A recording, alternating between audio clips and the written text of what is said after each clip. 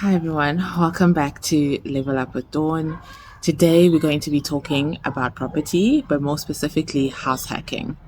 So, in my property journey, I have looked for a lot of inspiration from other YouTubers, other property investors to be able to, I guess, maximize and like ramp up my portfolio as quickly as reasonably possible, but also using unique and interesting strategies. The unfortunate thing, though, is a lot of the examples that I had were American examples. So, you also like some of the buildings that are available in America per se, or even in like the UK, are not the same as the type of buildings that you would be able to find here. So, like for example, a duplex, right? It's a multi-family home all under one roof, but then multiple doors, right? Think about a building like a Baldwin building. So let's say the Amsterdam, and there's like a pillar, and like there's 3 floors or 4 floors, and there's different apartments on each floor. In America, you could find structures like that where that is one building, and you can go to the bank and apply for a mortgage to buy that, and then you let out the different apartments, right? But here you would have to buy every single building, right? And that's ridiculous. um yeah, I was gonna have extra comments. We'll keep it for another video. That's ridiculous. You can't buy. You can, but the profits don't math. So I've been looking for a way to simulate like multi-family situations, only because the revenue there is better realized, and also the costs are shared. And also, I think in that sort of a structure, what I used to see a lot of these American property investors do is they buy that duplex. They live in one of them. Maybe there's 4 doors. They live in one of them. 3 doors are tenanted out, and that works out very well. They'll be able to pay off their mortgage. They'll be able to pay off, rates, taxes, all of those things, and also maintain the building, and even possibly like use those funds to then expand their portfolio. So I've been looking for something like that, right? Or at least I had seen things like that, and I was like, oh, I wish I could find something like that. And then during the pandemic, I was like looking for houses. I was looking around like private property, property 24. Those are like my most used apps in general. I just love keeping in touch with the market and seeing what it's doing and watching the dynamics. And I was like looking at houses because I think at that time my son was already born, and I was like just thinking, I want to give him that sort of a life. At the same time, I don't know which neighborhoods are good neighborhoods. So I would just look and see, okay, what's value for money? What can you buy for this much? You can pay 1 million here to get this, but if you go to another suburb, 1 million will get you a shoebox. Hashtag Rosebud. Um, so I was like, trying to understand those dynamics and learn a bit more. And then I started zoning in on neighborhoods that had houses and then also cottages in them. And I thought, you know what? This is probably the closest that I could get under the current structure of the property market to duplex type properties. And so then I started just zoning in on that more. And luckily, we found a neighborhood that I've been watching. I've been watching for a very long time. Like in my mind, I'd never been to this neighborhood, but in my mind, it was my dream neighborhood, just because I saw the quality of the houses, I saw the size of the stands. Because for me, stand size is a deal breaker for me. It's one of the most material aspects for me when it comes to property, and especially for myself. And yeah, I just started zoning in on these type of properties, and luckily the neighborhood that I loved so much also had these dynamics going on in there. So yeah, so houses with cottages is now my zoomed in focus. I think a lot of the times you would find that it would be like one cottage. I think I don't understand this dynamic. I didn't grow up that way, but I think maybe, people would have a house and they'd have like a separate cottage for their grandparent or maybe the older child who's in uni versus the ones who are still in school. Like they could come in, like they could have their sort of like privacy as an adult, but still be in a familial home. So I think maybe that was like what like prompted like this whole thing of having a cottage on your property, because it's definitely not staff quarters. From what I've seen, when someone describes a staff quarters versus when they describe a cottage, it's not the same thing. So they weren't building that for the household keepers and gardeners. But yeah, so I ended up finding this house, and it's been great. I think the tough thing that I would say is when it comes to properties or houses with cottages, to really maximize the efficiency and the revenue and the cost disparities. Um, what you need is to get a property that has as many cottages as possible, but then also you don't want to like turn it into a complex. So finding that balance, it would be really important. And I guess also like that's where the maths comes in, because you will be able to say, okay, I can get this much per month for a cottage realistically, and that will be able to take care of X percentage of the monthly expenses. If you only have one cottage, I think it's unlikely that that cottage will be able to pay your mortgage. I think it would be ridiculous to even charge rent that equals that much. Just considering the price of actual houses, like freestanding houses, there's no way you could charge rent of 15, 16, 17,000 rand for a cottage. So with that in mind, I lucked out really well when I found this house, because there are two cottages on here, and so already we are outnumbered in terms of neighbors. Neighbors, we call them our neighbors because they really are. I feel like I'll talk about it in the end, but they are our neighbors. So we found a house with two cottages on it, so we are outnumbered. So already that like skews things in our favor in terms of revenue generation and sharing of costs. And then yeah, so we bit the bullet. I got the loan, and I've been living this life ever since. And I think it's been really good. I think it's helped us so much in terms of weathering the pandemic, because um yeah, it's helped so much in terms of weathering the pandemic because of the whole sharing of costs things. Also, at the same time, cottages, I wouldn't say would get as much rental as an apartment in the same neighborhood. I know for a fact. If I were to purchase an apartment in the neighborhood that I'm in and rent it out, I could maybe get almost what double the rent that the tenants are being charged here. Um, but that comes with privacy. There's not a lot of communal space. It's like it's all yours, right?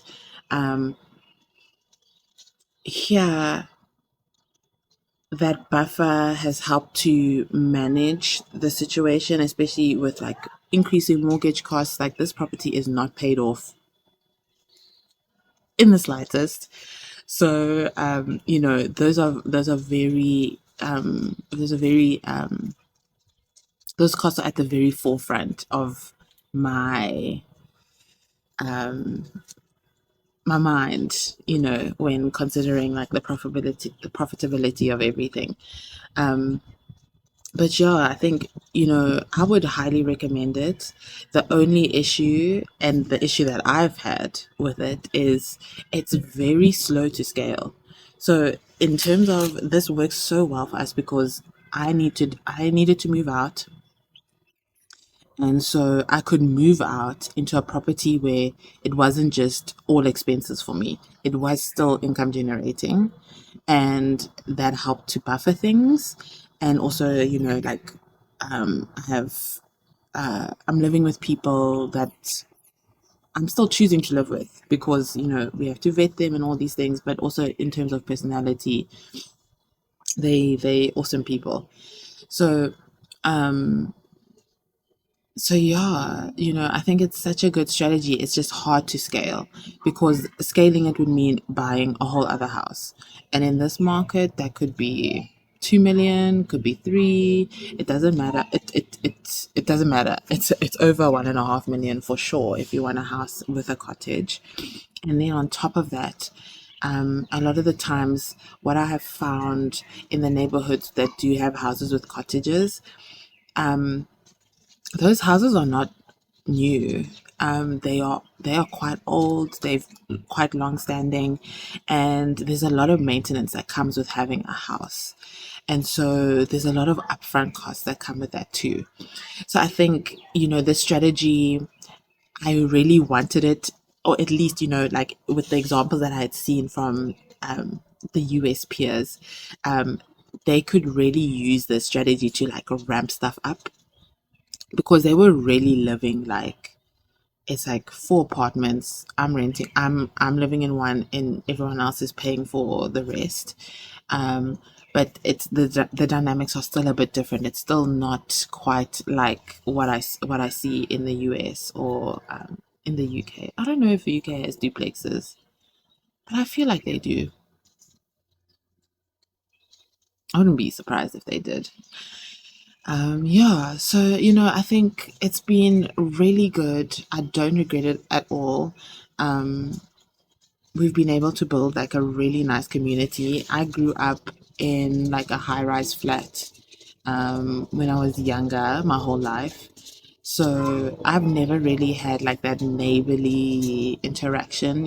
It's like, your door is that door, and like I have no business anywhere else except going to that door, getting in and locking it behind me. So it's been really nice to sort of like, foster community, learn that, get better at it. Also, like even when I was living in an apartment, I had like a little aloe vera plant which I used to propagate and stuff. And then I just knew I loved growing this aloe vera, but I didn't realize how much I love gardening and like being in a property that does have space to garden. Like, I mean, like we feeding our family with so much food that we grow from the yard. So it's been really good. I really don't regret it. I also do know though that I don't think I don't think I w- if I buy another house to live in with my family, I don't think we're gonna have other people living there. But also at the same time, we will be at that point where we will be able to afford that. And like, we're not trying to like massage costs and like, um, so yeah, I think it's like if you are in a position, at least, and I think especially in this economy, if you are in a position where you are able to look for a place to live, you are looking to get into property investment, or at the very least, you are in the market. I would say this type of a setup is great to see if you want to venture further into property as your investment vehicle. Because another huge benefit is sight. Like, I see it every day. When I'm walking around, I see it. And so it's like if they need help with something, if something breaks, if we can even notice stuff from the outside and say, okay, hey guys, listen, we're gonna do this and fix this because And so it's been great in terms of like management and learning what it takes to manage a property. If you don't have any experience of that, but you're in the market to buy a property and you do want some sort of passive income in this cost of living crisis, I would say this is great. This is a great setup to put yourself in. It teaches you how to manage property, teaches you how to manage tenants, and you have a closer eye on your investment. You living in it, and it's your investment. And like tax wise, we do get to write off the portion of the expenses that are attributed to our tenants in our taxes, because it's not our personal living expenses. That's an investment property, and it's got expenses that come with it. More accurately, it's a business, and it's got expenses that come with it, and so those expenses can be rightfully non-taxable, like deducted from your taxable amount at the end of the year. So yeah, I'd say, look into it. It's a really good method. I think a lot of people see the setup of like a house and cottages, and it's almost always been for family. Like, you have extra premises for a gran, an aunt, a cousin who's moving to Joburg and they need a place to stay. So like in those situations, you'd never make money off of that. Like, you helping to support family. But if you're not in a position where you do need to support family that directly, it's a great way to make passive income and to ease your monthly expenses. Um, yeah, you know, even to the point where you will see some people build cottages in their houses, in their yards for that purpose. And it's like it's a worthwhile investment. I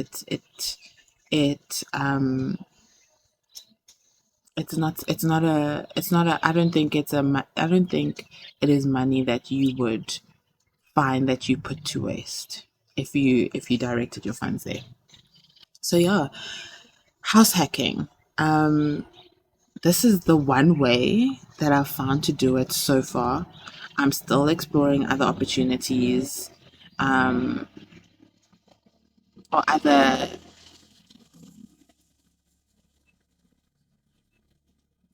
I'm still exploring other possible methods in order to house hack, but this is the one that I've found so far, and it's working for us quite well. South Africa is interesting. Like, it doesn't the types of properties we have, they're very sectional. Otherwise, it's a freehold. Yeah, you can't really get like duplexes like that. I don't know. Any developers out there? I feel like if you wanna develop and target property investors, develop duplexes like they do in America. I think though the problem with that is that they're gonna just charge you arm and leg. Like, oh, I think I need to. I don't know. I want to talk to you guys about things, but this is not the venue. So I think I'm gonna cut it here. We'll talk about it in another video. Um, Thank you for watching this video. If you have any questions about house hacking, please do leave them in the comments, and I will answer them for you. If you know, or if you know of other situations that resemble house hacking in the way that I've tried to describe it to you, please do put them in the comments. I'm so keen to learn about different ways. I know, like Gogasi, Amastandi, there's multiple properties on a thing, right? But that's then I don't know if the actual owners of those properties live in there. But I do know, like, Gogasi, that's how they do it. And that's basically, that's the blueprint for what we're following here. It's just, it wouldn't be, I guess, three plus tenants on in one property. But yeah, if you enjoyed this video, please give it a like. If you want to hear more about investing in property and stocks, entrepreneurship, please do subscribe to the channel, and I'll see you in the next video. Bye.